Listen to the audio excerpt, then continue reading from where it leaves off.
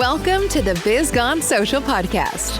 We help entrepreneurs navigate how to get known, get customers, and get the edge over their competition. Here is your host, Lorraine Duncan.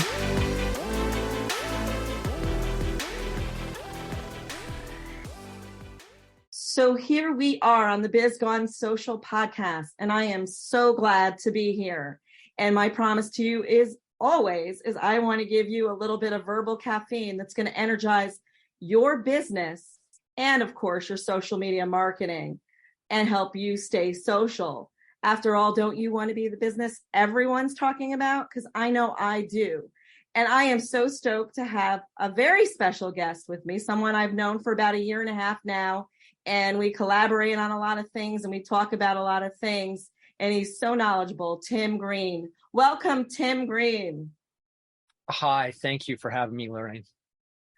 I would love you to tell my audience a little bit about your business and what you do. Sure. Still working on the messaging, but essentially it's this. I help you do whatever you do better. In essence, I help you think better, prevent problems, and create superior solutions through what I'm calling neurocognitive leadership. It's a fancy way of saying using neuroscience and cognitive psychology to help you use your brain better. Awesome. And so for those who don't really know what neuropsychology is, can you give a brief definition of that? Sure. I'm guessing all of your guests know what a computer is and what hardware is. So neuroscience is like the hardware of the brain. So it's where everything is in your brain and the neurons and all that fun stuff. So if your brain is like a computer, and it's somewhat like that, the neuroscience is the hardware, whereas cognitive psychology would be the software.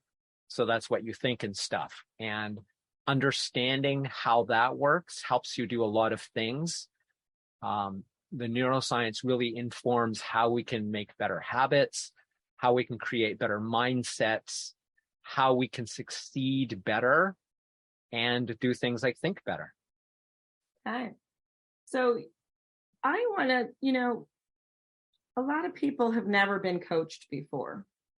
Mm-hmm. So, and a lot of people don't know what coaching is and would never do it. But for all of you who are out there right now, I highly suggest that you get coached by someone because it's really important, because it gives you another perspective and you see a different part of yourself that you've never seen before. And sometimes that comes out and sometimes a particular coach can get that to come out. So I'm going to present a problem. It's going to be actually my problem. So this way we can just do it right here and let's just see how you can help me. So I have certain projects and I tend to sometimes when they get hard, I tend to procrastinate them. Okay. So in other words, and then I do everything else. So for instance, just an example, I had to give something to my accountant yesterday.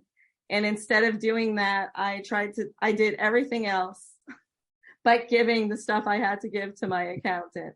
And that happens. So sometimes what I'll do is if something's really hard or I'm just afraid to do it, what I'll do is I'll go do the dishes or I'll clean my house, or very easy to do when you work from home.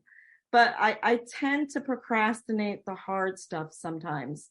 And so is there some suggestion or something that you can help me with that?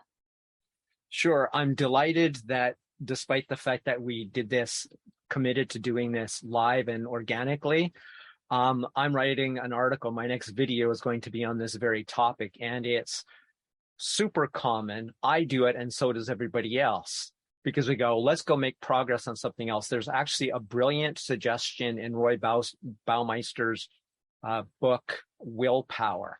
And he talked about how some of the most successful writers, everybody thinks they go in crazy bursts and, they stay up for 4 days and that. Some have done that, but the most successful, what they actually tend to do is they tend to set aside some time daily. And this fits so well in not only what I'm covering in this video today that I'm going to do of my own, but also in this, and that is have an all or nothing period of time. And having these daily is super powerful. So that is, you commit, not as a writer, but in the case of what you're doing, you have a daily habit. And instead of having necessarily a specific habit, because we have different tasks we have to do, how about you say, every day I will spend X time doing a challenging habit.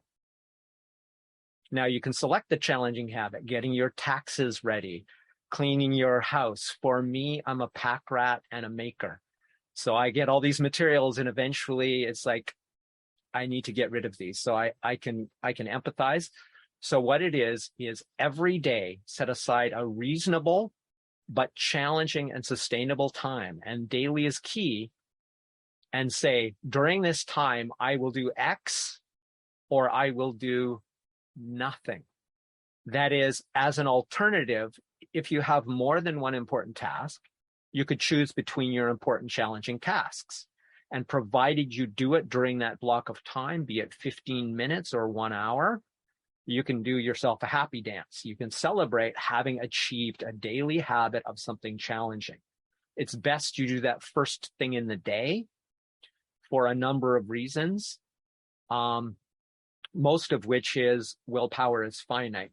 But then the other thing is, by having it do this or nothing, it gets you around what you talked about, the procrastination. Oh, I'm going to go do the dishes instead of doing this. It's like, no, you have to sit there and do nothing or do that. And that's very powerful because nothing is too boring. It's even more boring and more aversive than doing that challenging thing we don't really want to do. That's awesome. Can I ask a question? Would you think that, is it possible or is it important that at some time during the, your daily routine, that you should set aside time to do absolutely nothing, just to sort of clear your brain out? Sure. In fact, that's a good technique to do if you get stuck. Now, for myself, I put all my priority tasks at the beginning of the day, which for me is, doing a daily video is my top priority task. But I recommend that people, if they can, immediately upon waking, if you're religious, maybe you decide you'd prefer to pray than meditate, but either of those either of those practices is exceptionally good for not only your mental health, but your ability to think and reason. And especially if it's like you're frazzled and you don't know what to do, that's a perfect time to say, okay, I just take 15 minutes to do deep breathing or to pray or to chant or whatever is meaningful and aligned with your beliefs, or like in my case, I'm an atheist. So even without my beliefs, I can still pay attention to my breath. So absolutely, filling your mind with your breath, filling your mind with nature, filling your mind with something that is not really thinking in the general sense is very powerful and should be done daily, honestly. That's awesome. So if I were your client, and we just had this discussion, what would you, at the end of the call, would there be some kind of accountability attached to this task? Like, would you challenge me to, block out some time, preferably in the morning? And then is there some kind of accountability with that? The accountability can be done really, really easy. And I'm going to go to Cialdini now. Robert Cialdini is a very famous guy, the 7 levers of influence. He's basically the god of social influence and marketing. And he would say, make it active, public, and effortful. To make a commitment very powerful. So I would say probably the main thing is I would work with you to say, okay, that is, get you to help co-create the goal, not only because that gives you buy-in and responsibility. You can't say, but Tim, I can't do that. You gave me this thing that's impossible. Versus, okay, Lorraine, can you spend 20 minutes? Is 20 minutes too easy, too hard? You tell me. And by having you define it, and then you defining what the accountability looks like. And if you're like, well, Tim, I'm stuck, I don't know what to do for accountability. It's like, great, make a YouTube video, post it as private, send me the link. You can do that every day until the habit is formed, or you can post like I'm doing, right? Mine is to be public anyway. It's like, if I don't do my daily video, anybody who's watching, the world knows. So to have public accountability like that is super powerful, whether it's with your coach or your best friend. It really, really helps if you can make that accountability public, for sure. Yeah, absolutely. I remember my very first accountability call that I started out with is like, for 10 minutes, you had to just tell somebody you got 5 minutes and they got 5 minutes, and say what, you declared you were going to do last week. Did you do it this week? And I never wanted to go to that call with saying I didn't get around to doing it. And so that in itself was very helpful. Tim, that was actually really helpful. And so I wanted to give people just a little bit of taste of what coaching can do for you. I mean, literally, I already wrote down that I'm going to set aside some time to do that. So you helped me. So, and I'm May I ask you one question about that? Especially since this is going out public, this is a perfect opportunity to apply these principles. How much time can you commit? Every single day. I'm actually committing 30 minutes. Excellent. So specific numbers are very powerful. And I have a specific thing I'm doing, as some of you on the call may know. I don't really talk about this side of me very much, but I am actually writing a book on grief. And so I have been in a writer's block lately. So I'm going to literally set some more time, and it's going to be 30 minutes. And I actually it's going to be like 3 days a week. And so I'm going to specifically write in those 30 minutes. I just need to get back on track, and I even have some business stuff too that I'm going to use this principle with. So just to let you know that. So, and my business stuff, because one of the biggest thing I do in my business, I do a lot of content writing and graphic creation, which requires a lot of time. So I'm going to actually set blocks for that now, because I usually just do, this client needs this now. So then I go and do it. And then I get frustrated when it doesn't work exactly well because something else comes up that I have to do. But if I need to actually set the time, I need to I can't procrastinate it anymore, especially when I'm doing a lot of traveling. So I want to talk about, this is something I have been intrigued with. I listen to them. I don't listen to all of them, but I see them. And I have listened to a few, and you have your little video that you put on YouTube. And so because this is sort of a be social kind of podcast and getting your name out to the world, you've been posting diligently every day on YouTube. And then you've been, putting it out to the rest of the channel, sometimes LinkedIn, and I don't know if you put them on any other channels, but I see your stuff on LinkedIn particularly. What drove you to do that commitment? Because it's a hell of a lot, and excuse my language, but it's a hell of a lot of content to be promoting, putting out there every day. Right. That's why I did it, because unlike Atomic Habits or Tiny Habits, the science really isn't behind that. If you go for your lowest common denominator bar, that is, I will do my least, anybody can do one push-up and you can't really feel like you've achieved it. If a goal is guaranteed to succeed, then it is not really a meaningful goal to you. The fact that today, this is yesterday's backdrop, but the fact that today will be my 233rd video of 2022 is pretty darn meaningful, because that's the reason I did it. It's very challenging, and it is in alignment with both my principles and the science, and that is, you're better to do any habit every day, because when you take a day off, that's one more day that could turn into 2 days. It's like, I'm a little too busy today to do that 10-minute commitment. No, you're not. So the challenge is to make it as challenging as you can, but daily sustainable. And because this was very challenging, but I believed I can do it, and at day 232, shy of a medical problem, like a medical emergency, I will do it. But it has not been easy, but this is what develops real self-esteem, is doing something where you have real doubt that you can do it, but you think you can. So you set the bar high enough but not so high that you can't maintain it on a daily basis. So that's why I've done it, is to illustrate my own principles. Yeah. And much like, yours is a lot harder than mine, because my challenge was, could I actually do a podcast and get guests all the time for my podcast? And so, here we are. This is going to probably be episode number 97 for us.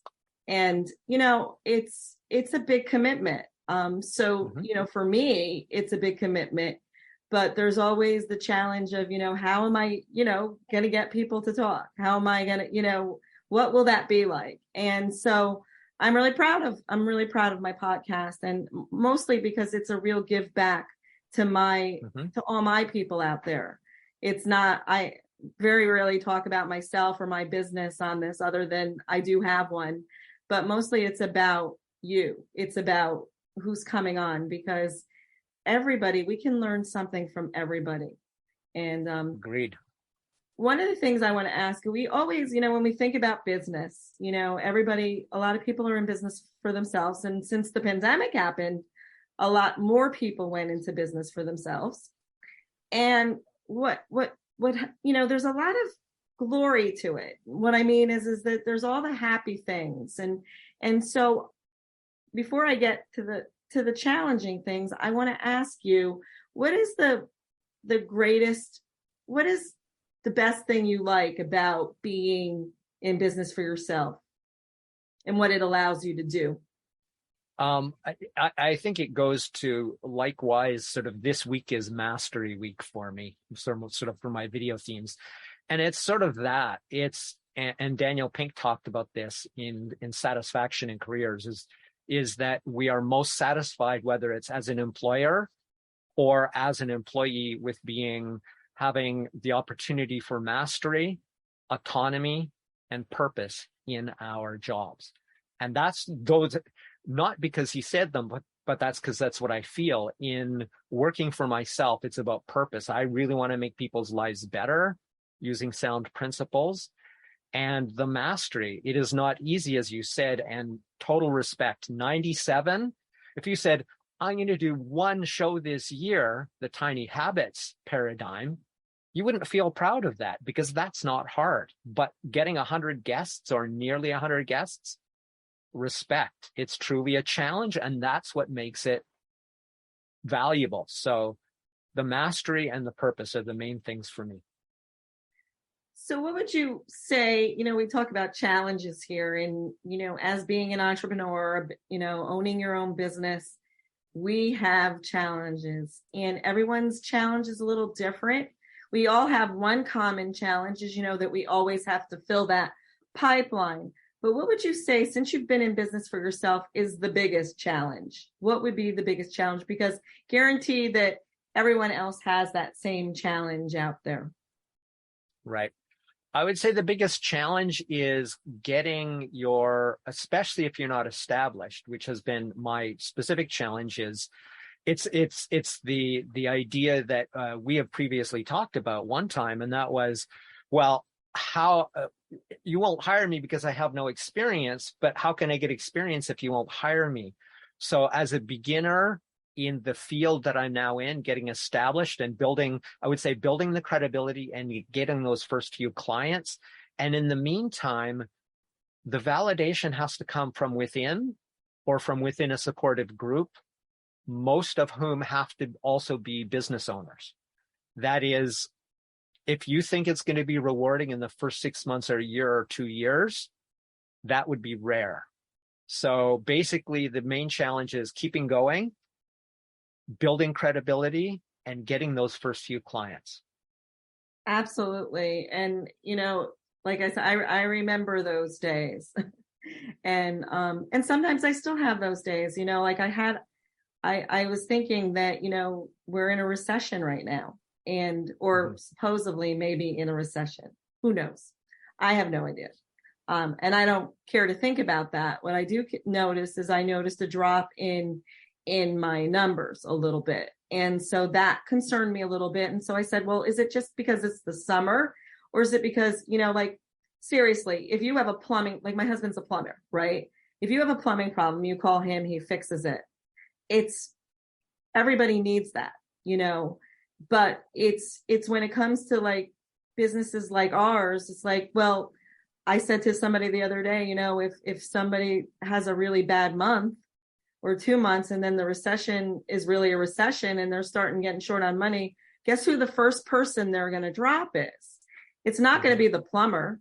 It's not going to be it may not even be the person who cleans their house, but it certainly is going to be the person who I'm doing their social media for, or I'm coaching someone. It's, it's like you go down the list. And so I think that's everybody's challenge. And so I would love to end this whole topic with, what do you do to get over this challenge? What is it that, like for me, for instance, for example, I just keep on networking because, I do sort of believe in the principle that you're going to get 10 to 20 no's to get one yes, and right. To be honest with you, sometimes I had gotten 150 no's before I gotten one yes. So everybody who thinks there's a magic formula here, there is none. It's just, you happen at that certain time when you're talking to that certain person, there was something that resonated. So right. Anyways, what are some things that you do to overcome the challenge of the day in, day out of trying to fill your pipeline? Well, I think the main thing is, it is, as much as it can be frustrating, it really is all about giving. And if it's not to the right people and giving that value in building relationships, I would say that's probably one of the main things I do is I build relationships with the few rare people, as we both know, and they are rare, that are in it for more than just the single transaction or the immediate transaction. So community building, doing things within my own work that inspire me. Like I like doing different backgrounds almost every single time. Like, it's a book review, so I did this cool big book picture. Things that are sort of intrinsically rewarding and celebrating the small wins, even if it's like, okay, this was a challenging script or this was a challenging video, I finished it. Do the happy dance. Every time I exercise in the morning, and I've fallen off the wagon this week, I'm sure the locals think I'm crazy, but I finish. It's very challenging.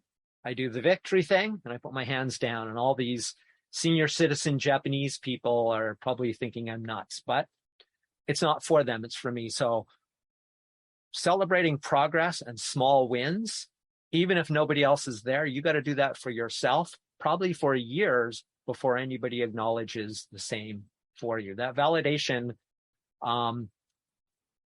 I think it was Brian Tracy, one of those old-timey success gurus, said, success is paid in full and in advance. I couldn't agree more. That is the truth of it. If you think you're going to see short-term success like the movie montages, no. Assume it's going to take between 2 and 10 years to get there. So you better love it. Right. And I tend to believe, and I could be way off on this, that you sort of define your own success. Like what success means to me is so different than what success means for you, for instance. And so I try, I have very high, I've set a high bar for myself, and I've tried to master a lot within my field. As you, your field, and you've read at least maybe 40,000 more books than I've read. And, but the knowledge is there. You have the knowledge. And now I see how all the years of knowledge that you've gained, you are putting it back into your work and into your endeavor here with, your consulting, and trust me, people, let me just do this now, because this is audio. So we're going to be, I share this only on audio because it's a podcast. And so I want you to listen to it in the car and stuff like that. But here's the thing. You've got to connect with Tim on LinkedIn, so you can see some of his videos, and YouTube too. And I'm actually going to put all the links in the podcast here to so you can connect with him, and definitely download his little downloadable freebie, because it will help you, and it's really great. And you can find more information about Tim there, and you can go to his website too. I always ask this question because I think this has been a very valuable call. If you haven't learned anything from this call, then even the practice that me and Tim went over, that was totally random. I did not tell him in advance that I was going to talk about procrastination. If everybody did that and practiced that one practice, you would be one step ahead. So it's always about moving forward, all right, in some way. It may seem like you're moving backwards, right? Nothing's happening for me. I blocked out this time. I did all this work. I'm not getting any clients. Nobody's reading my stuff, whatever it is, but just keep on moving. You would not believe for years, and I'm considered a LinkedIn guru. For years, I plugged in and tried to figure out, how can LinkedIn help my business? How can I network with people genuinely and create relationships? Tim mentioned earlier about relationships. Nobody's doing that anymore. It's a lost art. It's as soon as you say yes to a connection, they email you 6 paragraphs and want you to buy something. And it's probably one of me and Tim's pet peeves. But all I'm saying is, yes, if you connect with Tim, I can guarantee you he's not going to email you back, or message you back, I should say, and say, buy my products, consult with me. He's totally out of give first, but he has a lot to give, and he's definitely worth hiring.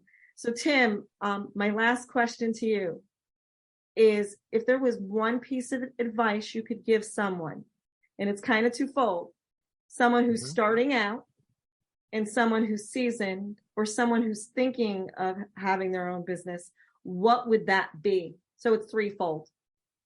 Okay. You're never finished. That is, there's always more space to grow in. Success is won by millimeters, and follow your bliss.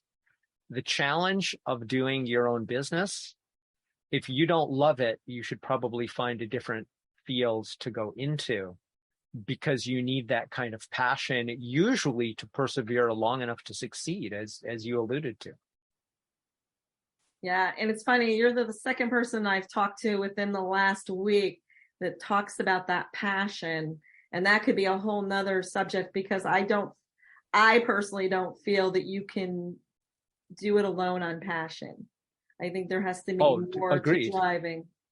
And I also do, a lot of times people don't understand that. I think there has to be a certain amount. You can learn skills and talents, but for sure there's people that are doing that same skill set that are better.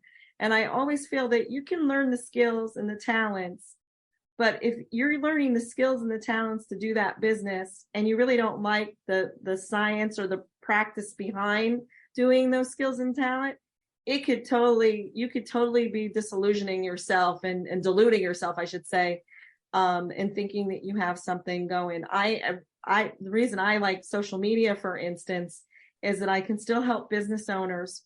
That's the coachy part in me. And I can also help them get noticed online. And the reason you're in it is because you like helping business owners too. And people get unstuck, make people better, high performing.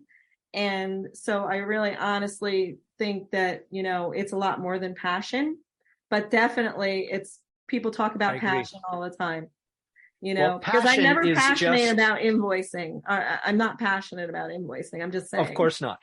That's indeed the reason why we need the passion, in my opinion, is that there are a ton of unsexy, boring, lonely. I loved what Gary Vee said years ago. It's what got my attention about him. Was he says, entrepreneurship is lonely, it's hard, there's like a 1% chance you're going to succeed. All the reasons that everybody sells it as effortless, it's because it is so challenging.